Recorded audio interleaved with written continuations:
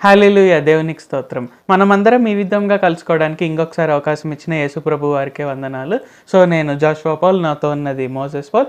So, మనం ఇప్పుడు డైరెక్ట్‌గా వాక్యోపదేశంలోనికి వెళ్తాము. సో, మొట్టమొదటగా మనం ఎస్తేరు గ్రంథం 3వ అధ్యాయం మొదటి వచనం నుండి గనుక చదువుకున్నట్లయితే, ఈ సంగతులైన తరువాత రాజైన అహష్వేరోషు హమ్మెదాతా కుమారుడును అగాగీయుడు నగు హామానును ఘనపరచి వాని హెచ్చించి వాని పీఠంను తన దగ్గరనున్న అధిపతులందరికంటే ఎత్తుగా నుంచెను. కాబట్టి రాజు గుమ్మంననున్న రాజసేవకులందరూ రాజాజ్ఞానుసారంగా మోకాళ్ళుని హామానునకు నమస్కరించిరి. మొర్దెకై వంగకయు నమస్కారం చేయకయు నుండగా రాజు గుమ్మంననున్న రాజసేవకులు, నీవు రాజాజ్ఞను ఎందుకు మీరుచున్నావని మొర్దెకైని అడిగిరి.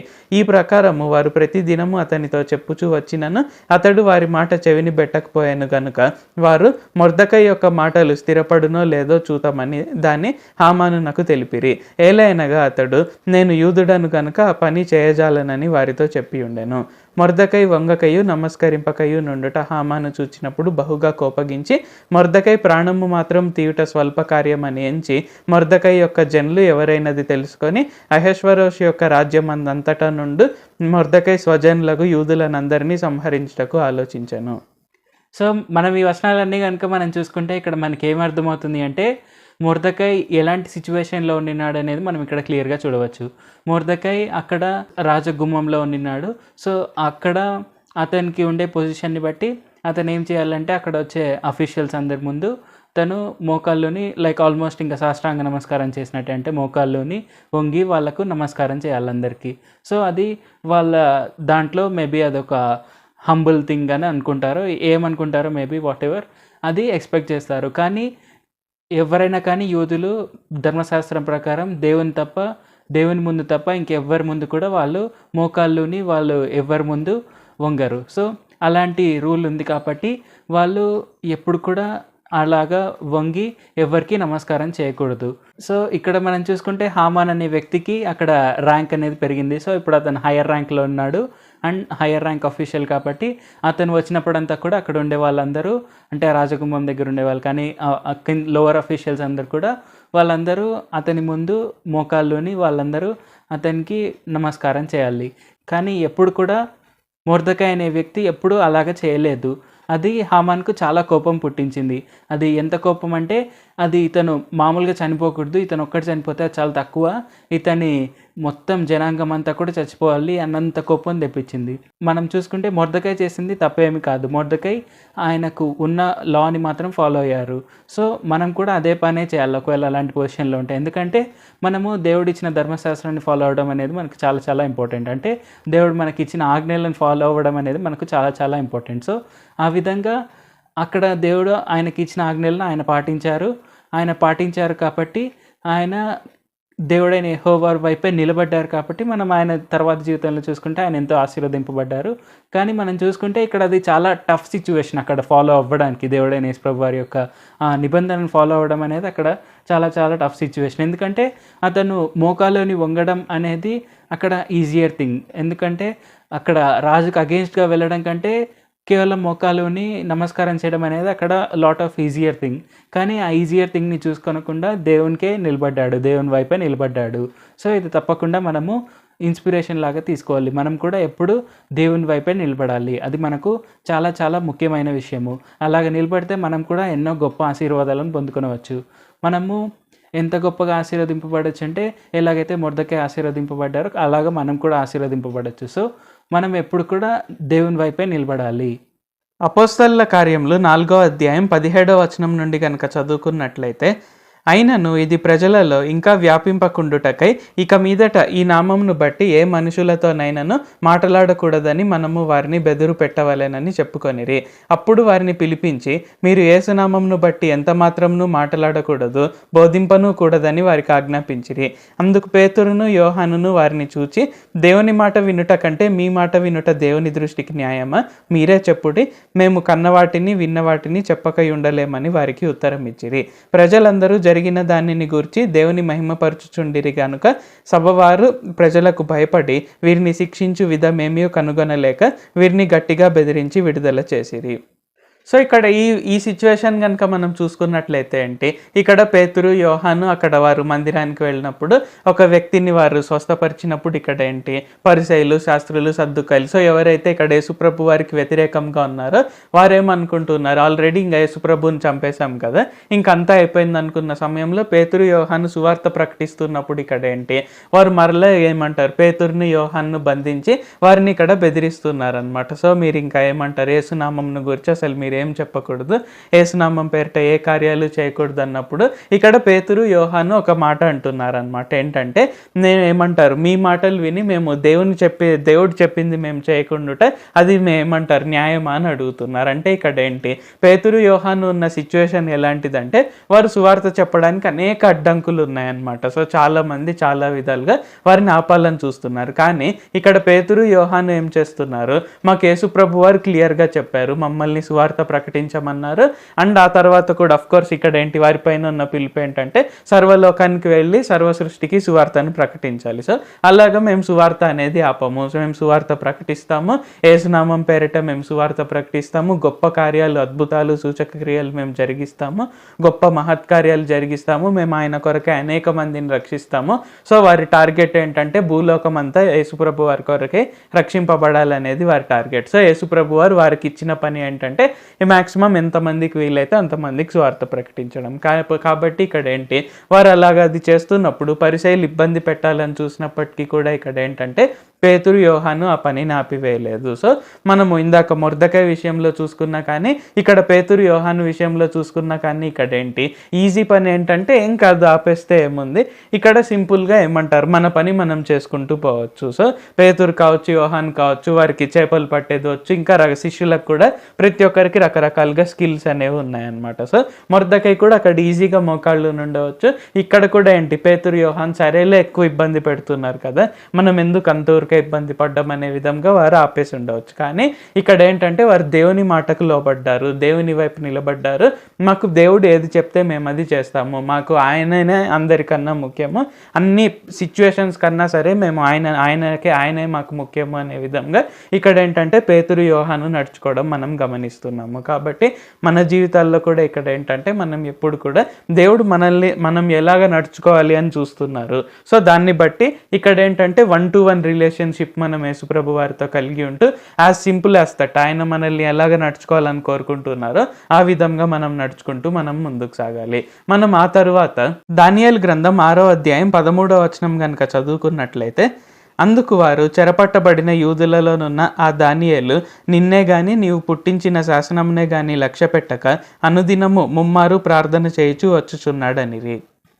సో ఇక్కడ ఈ సిచ్యువేషన్ కనుక చూసుకున్నట్లయితే ఏంటంటే ఇది దానియేలు యొక్క సిచ్యువేషన్ అనమాట. సో మనలో చాలా మందికి ఇది తెలుసు. ఇక్కడ ఏంటంటే అక్కడ కొంతమంది వారు దానియేలు పైన అసూయతో, దానియేలు పైన ద్వేషంతో, కక్షతో ఇక్కడ ఏంటంటే దానియేలుని ఎలాగైనా చంపించాలనే ఉద్దేశంతో వారు రాజుని కొంచెం మ్యానిపులేట్ చేసి, కావాలని మ్యానిపులేట్ చేసి ఒక లా అనేది తీసుకొస్తారనమాట. ఏంటంటే ఆ 30 రోజుల్లో, ఆ రాబోయే 30 రోజుల్లో, ఆ నెల రోజుల్లో రాజుకే మనవి చేయాలి. సో ఆ రాజ్యంలో ఉండే ఏ వ్యక్తి అయినా సరే, ఎంతటి వ్యక్తి అయినా సరే ఓన్లీ రాజుకే మనవి చేయాలి.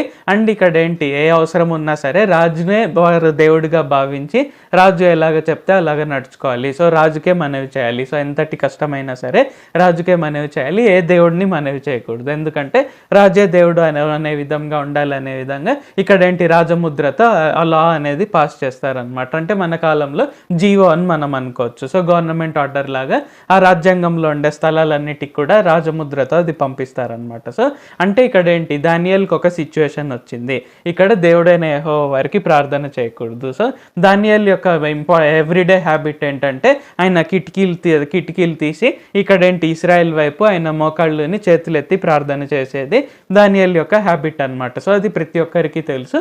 ఇక్కడ ఏంటి, దానియేలుని అలాగ ఇరికించాలనే, సో రాజాజ్ఞ ఉన్నా సరే దానియేలు అలాగ ప్రార్థన చేస్తాడు, దానియేలుని ఇరికించాలనుకున్నారు కాబట్టి వారు అలాగ చేశారు. సో ఇక్కడ కూడా ఈ సిచ్యువేషన్లో ఇక్కడ ఏంటి దానియేలు అనుకొని ఉంటే సరేలే నేను ప్రార్థన చేసేది నా మనసు ఇక్కడ దేవునికి తెలుసు కదా, ఇక్కడ ఏంటి నేను కావాలని ప్రతిరోజులాగా ఎందుకు ప్రార్థన చేయాలి, సో ఇలాగ రకరకాలుగా అనుకొని ఉండవచ్చు. కానీ ఇక్కడ ఏంటి దానియేలు దేవునికే ఇంపార్టెన్స్ ఇచ్చి రాజాజ్ఞ ఎలాగైనా ఉండని, బట్ ఇక్కడ ఏంటంటే సృష్టికర్త నన్ను నేను ఎలాగ ఉండాలని కోరుకుంటున్నారో నేను అలాగా ఉంటాను అనే విధంగా ఇక్కడ ఏంటి మరలా రాజాజ్ఞ ఉన్నా సరే అంటే ఇక్కడ ఏంటి రాజే దేవుడిలాగా భావించి రాజుకే మనవి చేయాలి, రాజుకే ప్రార్థన చేయాలి అనే రాజాజ్ఞ ఉన్నప్పటికీ కూడా దానియేలు ఇక్కడ ఏంటి మరలా కిటికీలు తెరిచి ఇక్కడ ఏంటి మోకరించి ముమ్మారు ప్రార్థన చేయడం అనేది జరిగిందనమాట. సో అది చూసి రాజు దగ్గరికి వెళ్ళి సో నిన్నే కానీ నీ శాసనంనే కానీ అతను పాటించట్లేదు అని చెప్పారు.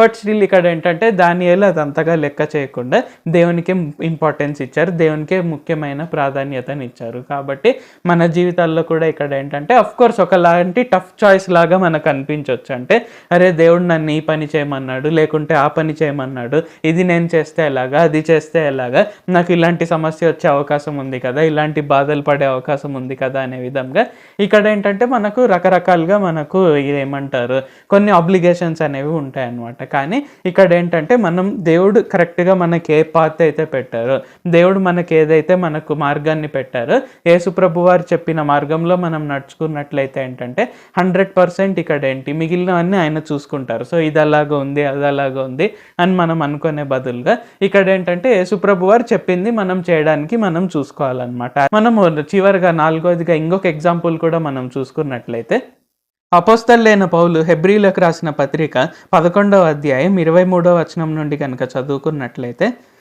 మోషే పుట్టినప్పుడు అతని తల్లిదండ్రులు ఆ శిశువు సుందరుడై ఉండుట చూచి విశ్వాసంను బట్టి రాజాజ్ఞకు భయపడక 3 మాసములు అతని దాచిపెట్టిరి. మోషే పెద్దవాడైనప్పుడు విశ్వాసంను బట్టి ఐగుప్తు ధనము కంటే క్రీస్తు విషయమైన నింద గొప్ప భాగ్యమని ఎంచుకొని అల్పకాలము పాపభోగము అనుభవించుట కంటే దేవుని ప్రజలతో శ్రమ అనుభవించుట మేలని యోచించి ఫరో కుమార్తె యొక్క కుమారుడని అనిపించుకొనుటకు ఒప్పుకొనలేదు. ఏలయనగా అతడు ప్రతిఫలంగా కలుగబోవు బహుమానం నందు దృష్టి ఉంచెను. విశ్వాసంను బట్టి అతడు అదృశ్యుడైన వానిని చూచుచున్నట్టు స్థిరబుద్ధి గలవాడై రాజాగ్రహం నాకు భయపడక ఐగుప్తును విడిచిపోయాను. తొలిచూలు పిల్లలను నాశనం చేయవాడు ఇశ్రాయేలీలను ముట్టకుండు నిమిత్తము అతడు విశ్వాసంను బట్టి పస్కాను రక్త ప్రోక్షణ ఆచారంను ఆచరించెను. సో మనం ఈ వచనాలన్నీ కనుక మనం చూసుకుంటే ఇక్కడ మనము ఒక 3-4 సిచ్యువేషన్స్ చూడొచ్చు. ఫస్ట్ మనం చూసుకుంటే మోషే పుట్టినప్పుడు అతని తల్లిదండ్రులు అతను సుందరుడై ఉండటం చూశారు. అండ్ అతను చిన్నపిల్లోడు, అప్పుడు ఒక ఆజ్ఞ అనేది పాస్ అయి ఉంది, చిన్నపిల్లలందరినీ చంపేయాలి అన్నట్టు. సో అలాంటి టైంలో అతన్ని కూడా ఖచ్చితంగా చంపేయాలి అన్న సిచ్యువేషన్ వచ్చినప్పుడు తల్లిదండ్రులు ఏం చేశారు, అతన్ని 3 నెలలు దాచిపెట్టారు. సో 3 మాసాలు అతన్ని దాచిపెట్టారు. విశ్వాసాన్ని బట్టి వాళ్ళు దాచిపెట్టారు. అంటే అది దేవుడైన యెహోవా పైన వారికి అంత విశ్వాసం ఉంది. సో అప్పుడు రాజాజ్ఞ ప్రకారంగా అయితే వాళ్ళు చంపేయాలి. కానీ వాళ్ళు రాజాజ్ఞకు కూడా భయపడకుండా రాజాజ్ఞను ధిక్కరిస్తూ వాళ్ళు దేవుడైన యెహోవా పైన విశ్వాసం కలిగి ఉండినారు. దేవుడైన యెహోవా ఎలాగైనా కానీ మోషేని కాపాడుతారనే విశ్వాసంతో వాళ్ళు మోషేని 3 మాసాలు దాచిపెట్టారు. తర్వాత మోషే ఐగుప్తు రాజ్యంలోనికే వెళ్తాడు. అంటే వాళ్ళు నైల్ నది పైన ఒక బుట్టలో విడిచిపెడితే మోషే అక్కడ ఐగుప్తు రాజకుమార్తె యొక్క ఇంట్లో చేరుతాడు. రాజకుమార్తె పెంచుతుంది అతన్ని. అతను మేబీ అక్కడ ఒక ప్రిన్స్ లాగా పెరిగాడేమో, అదేంటి మనకు బైబిల్లో రాసలేదు. సో అతను ఎలాగైనా పెరిగిండవచ్చు, ఖచ్చితంగా రిచ్గా అయితే పెరిగాడు. ప్లస్ అక్కడ ఐగుప్తులో అన్నీ అవైలబుల్గా ఉంటాయి. ఎందుకంటే ఐగుప్తు రాజు అంటే ఫరో యొక్క కుమార్తె యొక్క కొడుకు కాబట్టి ఖచ్చితంగా అన్నీ ఈజీగా అవైలబుల్గా ఉంటాయి. సో అలాంటి సిచ్యువేషన్లో ఉన్నప్పుడు అతను అది చాలా ఈజీ విషయం ఏంటంటే, ఇంత డబ్బులు ఉన్నాయి, నాకు ఇంత సంతోషం ఉంది, నేను ఎందుకు ఇవన్నీ వదిలేసి బానిసల దగ్గరికి వెళ్ళాలి అనేది జనరల్గా చాలా ఈజీ థింగ్ ఆలోచించడానికి. కానీ మోషే ఏం చేశారు, మోషే అవేవి వద్దు, నేను నా సహోదరులతోనే అంటే ఇజ్రాయేలీలతోనే నేను శ్రమను అనుభవిస్తాను, ఈ పాపభోగాలు ఏవి నాకు వద్దు అని అక్కడ దేవుని కోసం నిలబడ్డాడు. అంటే అక్కడ ఫరో రాజ్యాన్ని ఎప్పుడు కూడా కోరుకోలేదు, అక్కడ ఉండే పాపభోగాలు కూడా ఏవి కోరుకోలేదు, దేవుని వైపే నిలబడ్డాడు. దేవుని వైపే నిలబడుతూ అక్కడ దేవుని పట్ల ఆయనకు ఉండే విశ్వాసాన్ని అక్కడ ఆయన చూపించారు. తర్వాత మనం చూసుకుంటే అక్కడి నుంచి పారిపోయి ఆ తర్వాత మనం చూసుకుంటే మళ్ళీ అక్కడ 40 ఇయర్స్ ఉంటారు. 40 ఇయర్స్ ఉన్న తర్వాత మళ్ళీ ఐగుప్తులోనికి వస్తారు. ఐగుప్తులోనికి వచ్చి అక్కడ ఖచ్చితంగా రాజుకి భయపడకుండా అందరినీ విడిపించాలి అన్నట్టు ఆయన అక్కడ అనేక గొప్ప గొప్ప అద్భుత కార్యాలు చేశారు. ఎంత గొప్పగా ఆశీర్వదింపబడ్డారంటే అక్కడ ఫరోకి దేవుడిలాగా అయ్యారు. సో అంతటి పొజిషన్ వచ్చింది. ఎందుకంటే ఆయన జీవితాంతం దేవుని వైపే నిలబడ్డారు కాబట్టి ఫరోకి దేవునిగానే మోషేని మార్చారు. సో ఇక్కడ చూసుకుంటే ఆ తర్వాత లాస్ట్ సూచక్రియగా అక్కడ అందరి తొలి ఫలం అనేది అందరికీ చనిపోతుంది అని మరణదూతని పంపిస్తారు దేవుడని యెహోవా. సో అలాంటి పొజిషన్ ఉన్నప్పుడు ఇల్లందరి పైన అంటే ఇజ్రాయేలీలందరి ఇళ్ళ పైన అక్కడ వాళ్ళు ఎర్రని రక్తం పూశారు. సో అది రాజు ఏమైనా చేస్తారేమో, అలాగ చేయడం తప్పు అని అవేమి ఆలోచించకుండా దేనికి భయపడకుండా ఆయన ఏం చేశారు, అలాగా అక్కడ అంతా పూశారు. సో ఆ రక్తాన్ని అంతా పూయడం వల్ల అక్కడ ఆ మరణదూత వచ్చి ఇజ్రాయేలీల పిల్లలు ఎవ్వరికీ ఏమీ కాలేదు, కానీ ఐగుప్తీయుల ప్రతి ఒక్కరికి తొలి పిల్లలు చనిపోయాయి. సో ఆ తర్వాత ఐగుప్తీయుల దగ్గర నుంచి విడుదల పూర్తిగా వచ్చింది. ఫరో కుమార్తె కొడుకుగా అనిపించకుండా మోషే అక్కడి నుంచి వచ్చేసినందుకు, అంటే ఇజ్రాయేలీల వైపు వచ్చేసినందుకు ఇక్కడ ఆయన దృష్టి ఉంచిన ఆ బహుమానం ఏంటంటే ఆయన ఇజ్రాయేలీలందరినీ అక్కడి నుంచి విడుదల కలిగించాడు. ఇజ్రాయేలీలందరినీ ఆ ఐగుప్తులో నుంచి వాళ్ళని ప్రామిస్డ్ ల్యాండ్లోనికి తీసుకొని వెళ్ళే మొదటి స్టెప్ ఆయన చేశారు. అలాగే అక్కడ జనాలందరినీ చాలా దూరం వరకు కూడా తీసుకెళ్లారు. సో మనం చూసుకుంటే ఇక్కడ ఆయన ఏదైతే ఎక్స్పెక్ట్ చేశారో ఆ బహుమానం వస్తుంది అని, ఆ ఐగుప్తు కుమార్తె యొక్క కుమారుడిగా అనిపించుకోకుండా ఉంటే వచ్చే బహుమానం ఏదైతే ఆయన ఉంటుందని ఎక్స్పెక్ట్ చేశాడో అంతకంటే గొప్ప బహుమానమే ఆయనకు వచ్చింది. ఆయనే లీడర్, ఆయనే ఇజ్రాయేలీలు అందరినీ అక్కడి నుంచి బయటకు తీసుకొని వచ్చాడు. సో మనం చూసుకుంటే ఎప్పుడైతే మనం దేవుని వైపు నిలబడతామో దేవుని యొక్క ఆశీర్వాదం కూడా మనకు అంత గొప్పగా ఉంటుంది. మనం ఎప్పుడు కూడా ఖచ్చితంగా దేవుని వైపే నిలబడాలి. అది మనకు చాలా చాలా ముఖ్యమైన విషయము. సో మనము ఇప్పుడు అనేకమైన ఎగ్జాంపుల్స్ చూసుకున్నాము. సో అదంతా ఒక బ్రీఫ్గా మనం ఇప్పుడు తెలుసుకుందాము. సో మనం ఈ రోజు కనుక చూసుకున్నట్లయితే ఏంటంటే మనము ఒక 4 సిచ్యువేషన్స్ అనేవి చూసుకున్నాం అనమాట. సో మొట్టమొదట ఏంటంటే మొర్దెకై జీవితంలో ఆయన ఉన్న రాజ్యంలో హామాన్ అనే వ్యక్తికి ఏమంటారు, రాజు దగ్గర ఉండే అధిపతులందరికంటే కూడా ఎక్కువ అధికారాన్ని ఇక్కడ రాజు అతనికి ఇచ్చారనమాట. సో హామాన్కి ఇచ్చినప్పుడు యాక్చువల్గా అక్కడ ఉండే రాజాజ్ఞ ప్రకారం, అక్కడ ఉండే రూల్ ప్రకారంగా వారందరూ కూడా మోకరిల్లి అతనికి హామాన్కు నమస్కారం చేయాలి. కానీ మొర్దెకై నేను ఎవరి ముందర మోకాళ్ళున్నాను, సో నేను ఓన్లీ దేవుడైన యెహోవా ముందరే మోకాళ్ళును తను, లేకుంటే సాష్టాంగ నమస్కారం చేస్తాను, ఇంకెవరి ముందర కూడా నేను వంగను అనే విధంగా అతను ఉన్నాడు అనమాట. సో మిగిలిన వారందరూ కూడా ఎందుకు ఇలాగ చేస్తున్నావు, ఎందుకు ఇలాగ కష్టతరం చేసుకుంటున్నావు నీ సిచ్యువేషన్ అన్నా కానీ మొర్దెకై దేవునికే లోబడ్డాడు. నేను దేవుడే నాకు అందరికన్నా అధిపతి అనే విధంగా అక్కడ దేవునికే ప్రాముఖ్యత కానీ, లేకుంటే దేవునికే వాల్యూ ఇవ్వడము, ఆయనే సృష్టికర్త అనేది గుర్తించడము ఇక్కడ మనం చూస్తున్నాం అనమాట. అంటే సిచ్యువేషన్ ఎలాగ ఉన్నా సరే.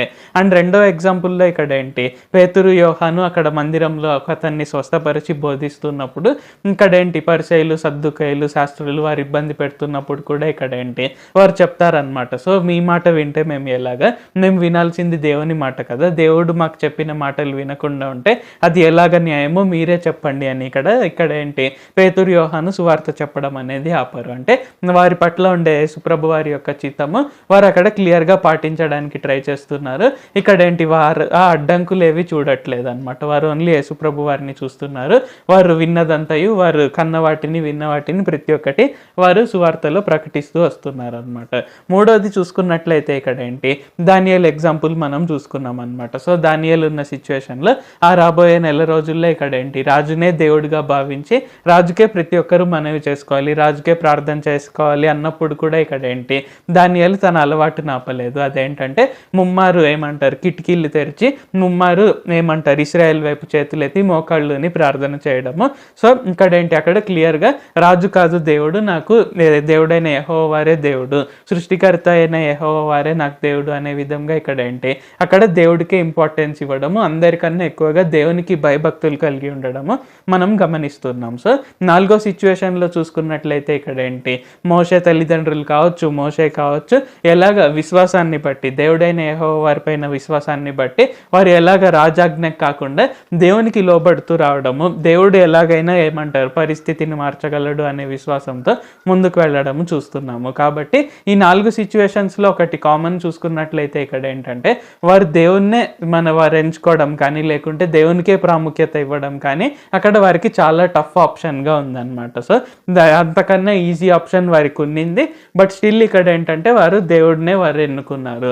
యేసు ప్రభు వారినే వారు ఏమంటారు ప్రాముఖ్యత, యేసు ప్రభు వారికే ప్రాముఖ్యత ఇచ్చారు. యేసు ప్రభు వారినే దేవునిగా భావించారు. యేసు ప్రభు వారినే సృష్టికర్తగా భావించారు. అలాగా దేవుడు చెప్పిన విధంగా వారు నడుచుకుంటూ ముందుకు సాగారు. కాబట్టి మన జీవితాల్లో కూడా ఇక్కడ ఏంటంటే సిచ్యువేషన్ ఎలాగున్నా, ఎవరేమనుకుంటున్నారు, వారిలాగన్నారు, వీరిలాగన్నారు, వీరిలాగా చేస్తామంటున్నారు. సో ఇవన్నీ మనం పక్కన పెట్టేసి యేసు ప్రభు వారినే మనం దేవుడిగా భావిస్తూ, ఆయననే సృష్టికర్తగా భావిస్తూ, ఆయన మనకు ఏం చెప్తున్నారో అది చేస్తూ మనం ముందుకు వెళ్ళడానికి మనం అలాగా చూస్తే చాలు, మిగిలినవన్నీ ఆయన చూసుకుంటారు. ప్రార్థించుకుందాం. ప్రభువా, దేవా, సర్వాధికారి, మాకు ఇంకొకసారి ప్రార్థించుకునేందుకు అవకాశం ఇచ్చినందుకు వందనాలు తండ్రి. మీరు మా కొరకే చేసిన ప్రతి ఒక్క మేలుని బట్టి మీకు వందనాలు, స్తుతులు, స్తోత్రాలు తండ్రి. ఈరోజు వాక్యాన్ని బట్టి మీకు వందనాలు తండ్రి. దేవా, ఈరోజు మేము ఒక 4 సిచ్యువేషన్స్ చూసుకున్నాం తండ్రి. మొట్టమొదటగా మొర్దెకై సిచ్యువేషన్లో ఎలాగా అతను మనుషులకు కాకుండా మీ ముందరే మోకాళ్ళు నాలి మీకే నమస్కారం చేయాలి అనే విధంగా మీ పట్ల ఎలాగైతే రోషం కలిగి ఉన్నాడో మేము కూడా అలాగ రోషం కలిగి ఉండుటకు అందరికన్నా ఎక్కువగా మీకే ఎక్కువగా ప్రయారిటీ ఇస్తూ మీరే దేవుడు, మీరే సృష్టికర్త అనేది మేము గుర్తుంచుకొని ముందుకు సాగుటకు సహాయం చేయండి. అలాగే పేతురు, యోహానుల సిచ్యువేషన్లో చూసుకున్నట్లయితే వారు సువార్త ప్రకటిస్తున్నప్పుడు మీ నామంన అద్భుతాలు, సూచక క్రియలు, మహత్కార్యాలు, స్వస్థత ఇలాగ అద్భుతాలు జరిగిస్తున్నప్పుడు వేరే వారు ఇబ్బంది పెట్టినప్పటికీ కూడా పేతురు, యోహాను దాన్ని పట్టించుకోకుండా మీరు చెప్పిన మాటలనే వారు ఆచరించడం న్యాయం అనేది వారు తెలుసుకొని వారు అలాగ మీ శక్తి ద్వారా, మీ ధైర్యం ద్వారా ముందుకు సాగారు తండ్రి. ఆ విధంగా మా పట్ల మీరు ఎలాంటి చిత్తాన్ని అయితే కలిగి ఉన్నారో, మేము ఏం చేయాలని మీరు కోరుకుంటున్నారో అది మేము తెలుసుకొని అదే మేము చేయుటకు, అదే న్యాయం అని మేము గుర్తించి ఆ పనులే మేము జరిగించి ముందుకు సాగుటకు సహాయం చేయండి తండ్రి. అలాగే దానియేలు జీవితంలో చూసుకున్నట్లయితే ఆ 30 రోజుల్లో, ఆ నెల రోజుల్లో రాజు మాత్రమే దేవుడుగా భావించి రాజుకే మనవి చేయాలి, ప్రార్థన చేయాలి అని అన్నప్పటికీ కూడా దానియేలు ముమ్మారు మోకరించి కిటికీలు తెరిచి ఇశ్రాయేలు తట్టు చేతులెత్తి మీకు ప్రార్థన చేశారు తండ్రి. అలాగా అతను ప్రార్థన అలవాటుని పోగొట్టుకోలేదు తండ్రి, రాజాజ్ఞకు భయపడి. అలాగా మేము కూడా ఎప్పుడు మీతో సహవాసం అనేది మిస్ అవ్వకుండా మేము ప్రతిరోజు పరిశుద్ధ గ్రంథాన్ని చదువుతూ, ప్రతిరోజు ప్రార్థన చేస్తూ మేము మీతో సహవాసం కలిగి ఉండుటకు సహాయం చేయండి. మీకు సంబంధించిన ఏ పనులు కూడా మేము ఆపకుండా ఉండుటకు సహాయం చేయండి. అండ్ అలాగే మోషే జీవితంలో చూసుకున్నట్లయితే మోషే తల్లిదండ్రులు రాజాజ్ఞకు భయపడకుండా మీ పైన విశ్వాసంతో అతన్ని 3 నెలలు దాచిపెట్టారు తండ్రి. ఆ తర్వాత మోషే కూడా మీ పైన విశ్వాసంతో అల్పకాల పాపభోగంలు అనేవి అనుభవించకుండా మీ విషయమై అతను వారిని అంతా వదిలేసి, అంతా భోగ్యచ్చలనంతా వదిలేసి మీ వైపు తిరిగారు తండ్రి. ఆ వైపు మీ పైన ఆశ్రయించారు, మీ పైన ఆధారపడ్డారు, మిమ్మల్ని ఆశ్రయించారు తండ్రి. ఆ విధంగా ఉన్నందువలన అతడు తన బహుమానాన్ని పొందుకొని ఇశ్రాయేలీలందరినీ కూడా మీ నామం ద్వారా, మీ రక్షణ ద్వారా, మీ శక్తి ద్వారా రక్షించగలిగాడు తండ్రి. కావున మేము ఈ 4 సిచ్యువేషన్స్లో ఉన్న ప్రతి ఒక్కరిని మేము ఇన్స్పిరేషన్గా తీసుకొని మేము ఎప్పుడు కూడా మీకే ప్రాముఖ్యతనిస్తూ మీరే దేవుడు, మీరే సృష్టికర్త అనేది మేము మర్చిపోకుండా ముందుకు సాగుతూ మీరు మా పట్ల ఏ చిత్తాన్ని అయితే కలిగి ఉన్నారో, మేమేం చేయాలని మీరు కోరుకుంటున్నారో అది తెలుసుకొని అది న్యాయమని భావించి మేము చేస్తూ మీతో సహవాసం కలిగి ఉంటూ ముందుకు సాగుటకు సహాయం చేయండి. నజరేయుడైన సర్వశక్తి గల యేసుక్రీస్తు నామంలో ప్రార్థిస్తున్నాం తండ్రి. Amen. Thank you Jesus. So దేవుడు మనల్ని అందరినీ ఆశీర్వదించును గాక. సో మనం ఈ 4 సిచ్యువేషన్స్లో చూసుకున్న ప్రకారంగా మనం ఎప్పుడు కూడా దేవునికే ప్రాముఖ్యతనిస్తూ ఆయన మన ద్వారా ఏమేమైతే జరిగించాలనుకుంటున్నారో, మనం ఎలాగ నడుచుకోవాలని కోరుకుంటున్నారో అది మనం తెలుసుకొని అదే న్యాయం అనేది మనం గుర్తించి ఆ విధంగా ఆయన శక్తి ద్వారా, ఆయన ధైర్యం ద్వారా, ఆయన సామర్థ్యం ద్వారా అవన్నీ జరిగిస్తూ మనమందరము ముందుకు సాగుదాము. సో మనమందరం కలుసుకునే వరకు దేవుడు మనల్ని అందరినీ ఆశీర్వదించును గాక. ఆమేన్. Thank you Jesus.